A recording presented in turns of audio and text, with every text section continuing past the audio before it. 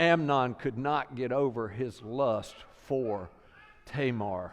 And because he had such lust for Tamar, what he decided to do is he was going to feign that he was sick, and she was going to come into his room and bring some cakes that she made. And when she brought those cakes in the room, he would finally have his way with her, and he did, and he raped her.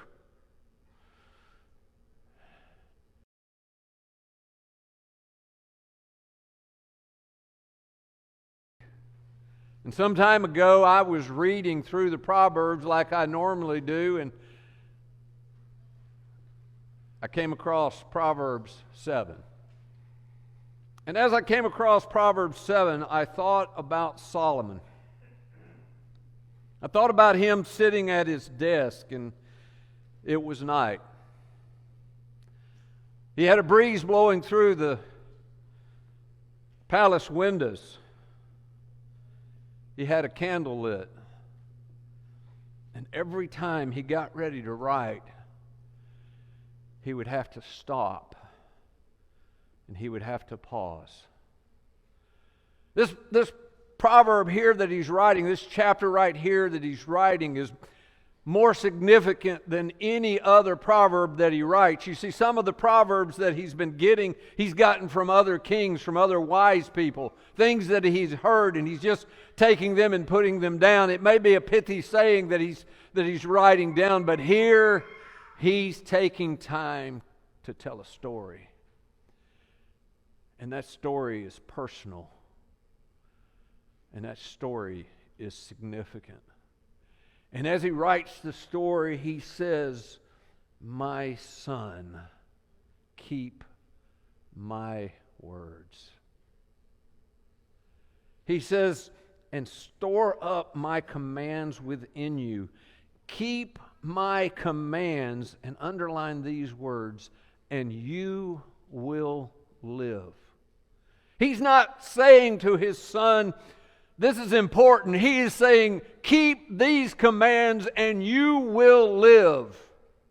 He goes on to say here, guard my teaching as the apple of your eye. Many of you have heard that expression, the apple of your eye. She's the apple of my eye, or my car's the apple of my eye. You've heard that over the years. You've heard it in poetry and songs and things like that. It comes from Scripture, in case you didn't know. And it's that little part of your eye, in the center of your eye, when you look intently at something, someone can see the reflection in your eye. He says to them, guard my teaching as the apple of your eye. Bind them on your fingers. Write them on the tablets of your heart. Say to wisdom, you are my sister, and call understanding your kinsman. What Solomon wants him to do, what he's saying to his son and what he's saying to us, is the things I'm about to say to you, I want you to focus on. I want you to focus intently on, because I'm not just telling you something that you need to hear. I'm telling you something that could save your life. And then he goes on to there, he says, let her be. I want you to take action. I want you to bind these things on your fingers. So every time you look at your hand, you can see what I'm telling you. This is important, boy. This is important, son. I want you to pay attention to what I'm saying to you, because the things I'm saying to you now are going to give you life, or they're going to give you death. And then he goes on to say, call to wisdom, you are my sister. Call to understanding your kinsman. He is saying, I want you to desire these things. I want you to desire these things. He says, make wisdom and understanding your sidekick. I like that term, sidekick, because every man needs a sidekick. I started to put in here wingman because of Top Gun, but that's been overdone. And not only that, I heard when I was growing up, we always called the wingman was the guy that you went with to a singles bar to help you pick up women. So that wouldn't be good. But make wisdom and understanding your sidekick, someone that's right beside you all the time, someone that's with you all the time. And then he hits the point. They will keep you from the adulteress, from the wayward wife, with her seductive words. Before you turn right there, I want to just make a statement because I want you to understand that Solomon is writing to his son here. I want you to understand that because this story, this section of Scriptures is not just for men, it's for women as well. He is saying here, if he was writing to his daughter, he would say, I want this to keep you away from the adulterous man. I want this to keep you away from bad things that's going to happen to you. The only reason why we're using a woman here is because of the fact that he is writing to a man. And in this story that he's talking about, you can just put the idea of fulfilling lustful desires. That goes for men as well as women.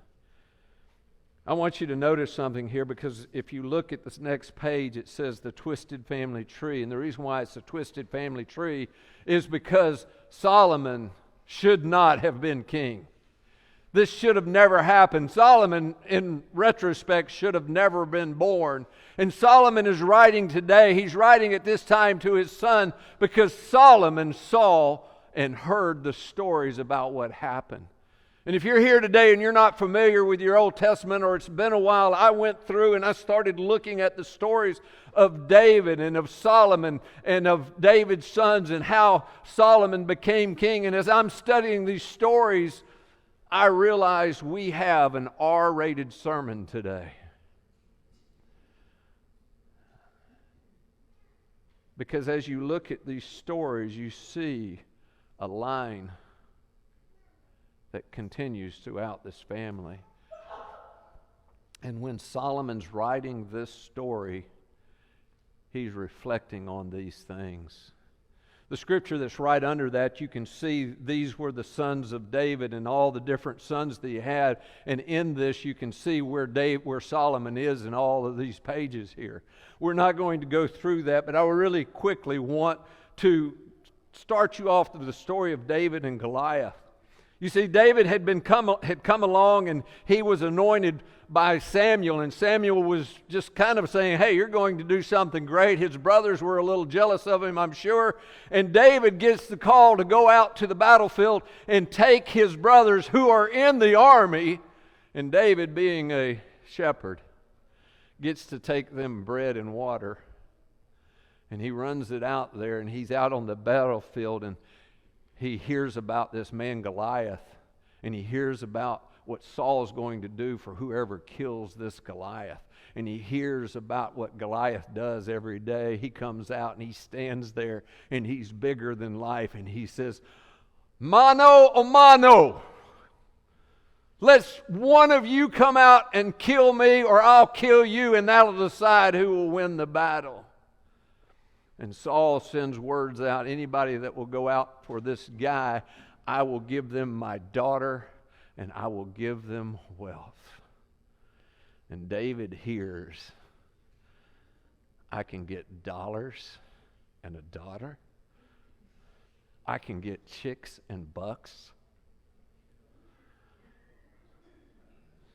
In the very beginning of time, we see David's wrestling with the things that most men wrestle with. Wealth and women. Wealth and women. And his brothers say to him, you're conceited, you need to get out of here. And when I read that as a kid and up until recently, I always saw that when they said, you're conceited, you need to go back home and you need to take care of the sheep. I saw it as them being jealous, but here's what I want you to notice. I got to reflecting on me and my brothers and how we treated one another and what we said about one another when we were trying to get them to do what we wanted them to do. We spoke truth. I know it's hard to believe, but I weighed barely 90 pounds soaking wet when I was a teenager. And my brothers it was unmerciful. I would be with friends, and they would say, Neal, turn sideways. And I'd turn sideways, and they'd say, see, he disappears. I mean, it was terrible. And we made fun of my older brother. He was big, and we made fun of him. He wasn't fat, but we told him he was fat. And so when David's brothers are here, they're saying, you're conceited. They're probably speaking truth to David. And of course, David does what David does and kills Goliath. And he becomes king eventually. And one night, the scripture says, when kings go out to war, David is at home in his palace. And what you need to understand, for those of you who heard the story when you were little, that when he was in the palace, he was not looking at a distance. Everybody was building their houses up against the palace. And he probably had homes for the men that fought for him close by. And David was looking around to see what was going on. He was watching people pack up their wares for the day or secure their doors, and people going home and some people going out. And he was probably watching all of that. And as he's watching all of that, he looks over and he sees a woman who's bathing. She's naked.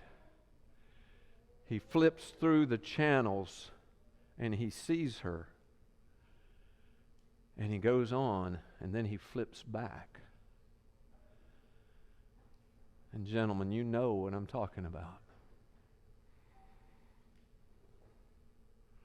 And he has such a desire for that woman that he brings her over and he sleeps with her, and she becomes pregnant.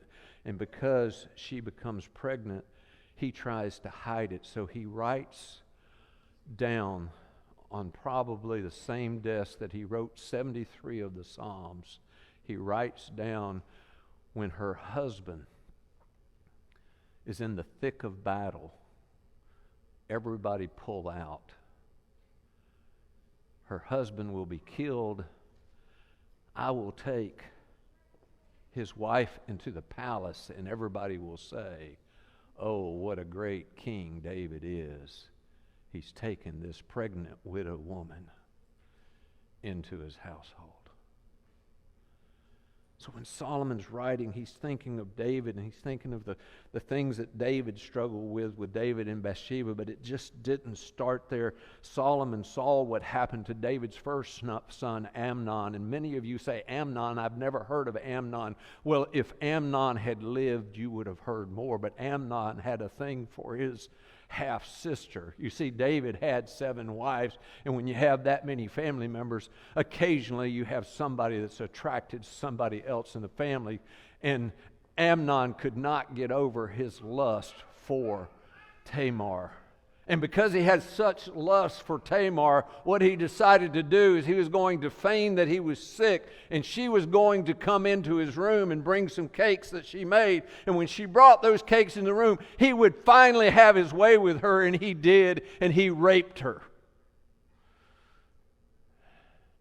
And there's a key verse in all of that is so powerful, because all it says that David did about it is David got angry. David got angry. You see, David can't be angry and judge his son when he's the man that took his neighbor's wife and killed him and brought him into the household. Well, see, Tamar had a brother, and his name was Absalom. He should have been next in line. But Absalom saw that David wasn't stepping up and doing what David should have done to Amnon, so Absalom took care of it himself. And if you'll look at your sermon notes, the stories are there all in 2 Samuel. And Absalom takes care of Amnon, and Amnon is killed, and Absalom gets on the run. But Absalom finally figures out, hey, look, my dad can't be king. He can't be a man in this situation. He's not stepping up where he needs to do what he needs to do. And so I'm going to take care of the situation. I had to take care of Amnon, so I am going to go into my father's house, and I am going to take over his kingdom with my army.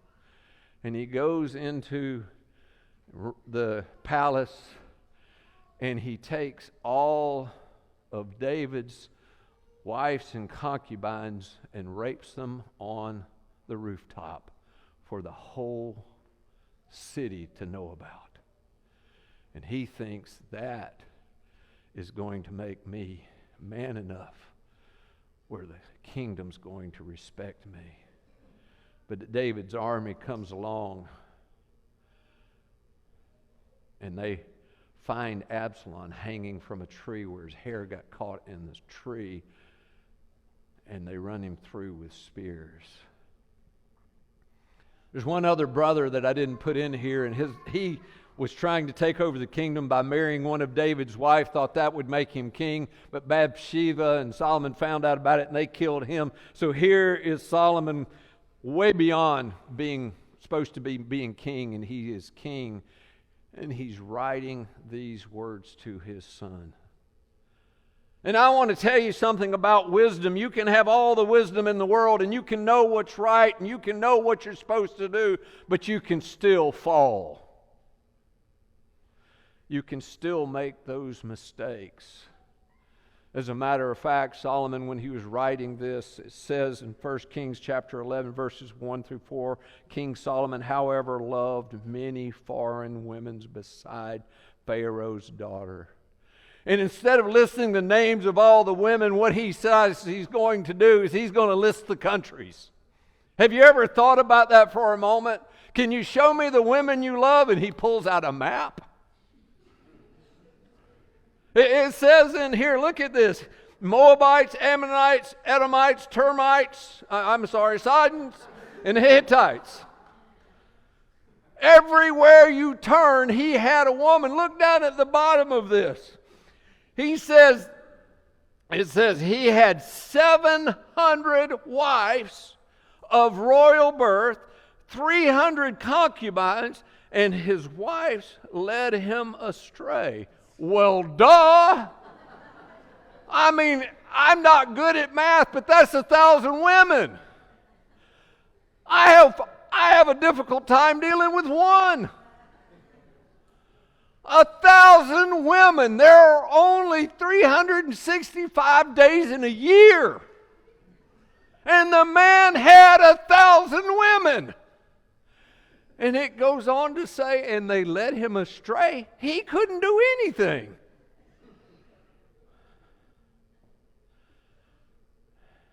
So when he sits down and he writes these words, he gets to the next point. And he begins to think about the family history and the desires that he had. And he wants to warn his son. And he writes these words. He tells this story. He's writing to his son, but this could be to a daughter. You can put in the words. He says, at the window of my house, I looked out through the lattice, and I saw among the simple. I want you to underline those words, the simple. It doesn't mean that he was ignorant. It means that he was unprepared. It means that he was just a normal guy doing normal things. He was not wicked. He doesn't say here, I looked out the window and I noticed a young man who was evil or wicked or was rebellious. He says, I looked through the lattice and I saw among the simple, I noticed among the young men a youth who lacked judgment. Underline those words. A youth who lacked judgment. And in having that judgment there, he says he was going down the street near her corner. Underline the words near, because he was headed in the wrong direction. Walking along in the direction of her house. Underline the word direction there. At twilight, as day was fading, as dark of night set in. Underline the words dark at night. I remember when I was growing up and I would try to get my dad and mom to let me stay out after midnight. That was a big deal to me. And I'll be honest with you, and teenagers, do not try this at home. I'm a trained professional and I got in plenty of trouble for this. You don't have to pay the stupid tax here, okay? I told my mom and dad one time I wanted to stay out until 2 o'clock in the morning with some of my friends, and I told my mom and dad I'm spending the night with my friend. And it was at 10 o'clock at night, so I didn't think my mom and dad would call my friend's mom and dad to find out if I was spending the night. And guess what? my parents knew I was up to something. And I was still at a place where they could contact me, and it was 10 o'clock at night, and guess what? I didn't stay out until 2 o'clock at night. I didn't stay out until 10:30. I had to come home right then. But one of the things my mom and dad would tell me all the time when I wanted to stay out past midnight is nothing good happens after midnight. And young people, y'all are going this way. All the people that are my age are going. My two sons, they wanted to stay out after midnight. And I would tell them all the time, only if I can come with you. That ruined it. Parents, there's a little parenting advice for you tonight right there. Just tell them, you can stay out to midnight, but I'm going with you. If you're going to stay out, I'm going to stay out. And by the way, I still have a desire to stay out at midnight, but it's only if I can go to Walmart, because I am so entertained after midnight at Walmart. But nothing good. He says, dark of light has set in. So the first thing I want you to fill out, and young people, listen to these words. Avoid the direction, not just the destination. If you're headed down the wrong path, you need to avoid the direction, not just the destination. The term that Lot pitched his tent towards Sodom should be enough to scare us. And we need to avoid the direction, not just the destination. You see, in this, I don't believe this young man was wicked in any means. I don't believe this young man had the intent to go out and have an affair with a married woman. I don't think this man had any idea what he was going to be doing that night. He just went down near the direction of this woman. And then it goes on to say, then out came a woman to meet him, dressed like a prostitute, with crafty intent. And I want you to underline those words, crafty intent.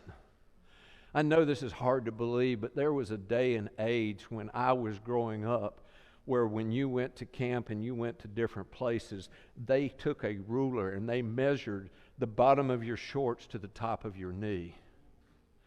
Teenagers, you're like, wow, that's old school. And I'm not here to tell you teenagers how you should dress. I'm not here to tell you women or men how to dress. But I do want you to look at your heart. When you go out places, you need to think about your intent by what you're wearing. This woman looked in her closet. As she was looking at things, she'd go, oh yeah, I know this will work, because every time I wear it, I get people looking at me. There's not a dress code. There's not rules of what you should wear, and this is not just for women. This is for men. I am long since wearing anything that makes me look sexy. But if you're dressing so that you're sexy to the opposite sex, then your intent is there. It says, then came out a woman dressed like a prostitute with crafty intent. She is loud and defiant. Her feet never stay at home. Now in the streets, now in the squares, at every corner she looks. She took hold of him and kissed him. And with brazen face she said, I have a fellowship offering at home. Today I fulfilled my vows. So I came to meet you. Wow. That is a horrible pickup line. I've just been to church, and I'm out here.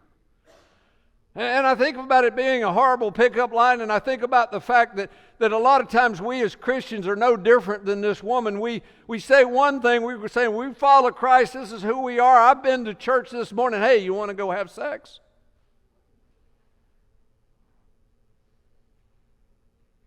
We live in a culture where living together unmarried is acceptable all across the world.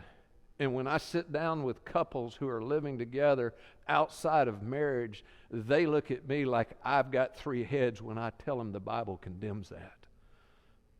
And when I tell people that if you're living with, you can't call yourself a Christian if you're living with someone that's not your spouse. You can't call yourself a Christian if you're doing the things that God has told you not to do outside of marriage. There's another thought here. As she says, I have a fellowship offering at home. Today I fulfilled my vows. That fellowship offering was probably a goat or some kind of animal, a lamb or something, and she took the lamb. They were sacrificed. The priest got some of the meat, and she got some of the meat. And so she was basically saying, hey, big boy, I got some barbecue at home.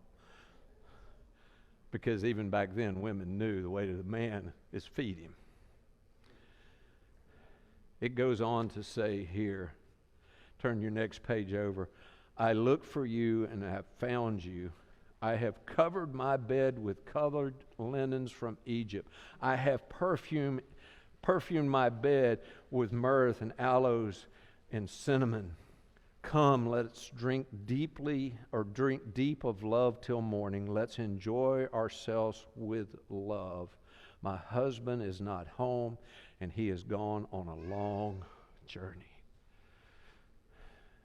Wow. I don't know what her voice sounded like, but it could very well have sounded like Jessica Rabbit. I'm just seeing who watched that movie. I don't know what it sounded like, but it sounded good. She says, come, let us have love. And isn't that what we're all looking for? Isn't what everybody's wanting? Everybody's wanting to love and to be loved. Let us have love. And I love the way she says, let us enjoy ourselves with love. And teenagers, underline that word, mark it out, and just write lust. Because that's what they were doing. In today's society, we've taken words and we've made them seem like something else. Like we say now, instead of you're having sex, we're saying we're just making love. That's what makes it okay.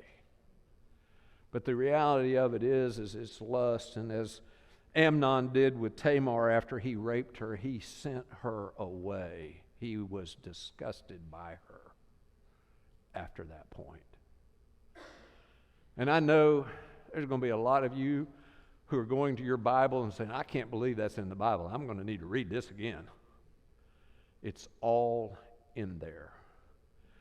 And we need to know what it says. So go back to number 2. I want you to write in your blanks, because if you don't get your blanks filled in, you cannot go to heaven.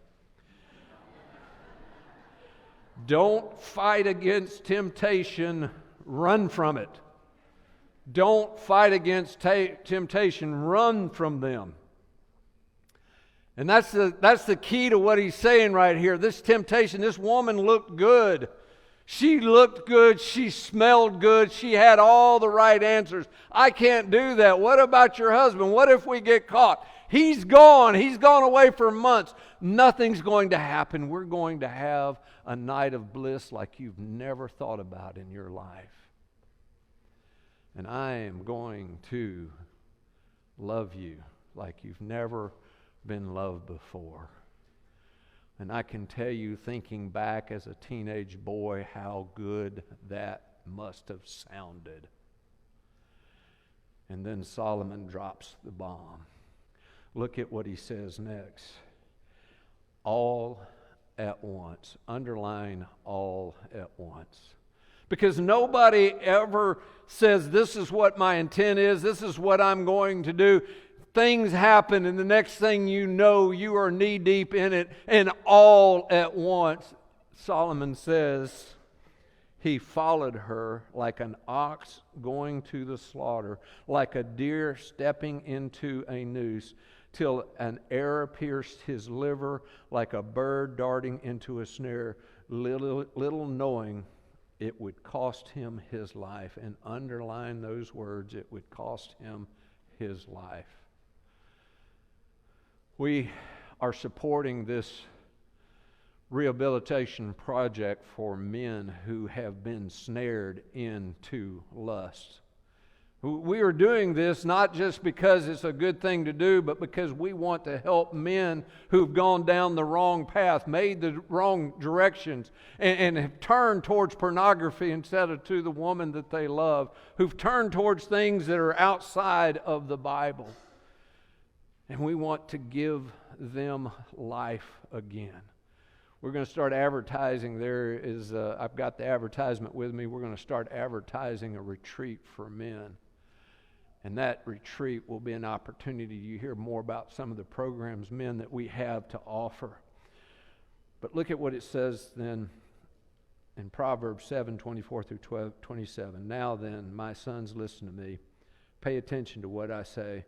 Do not let your heart turn to her ways or stray into their paths.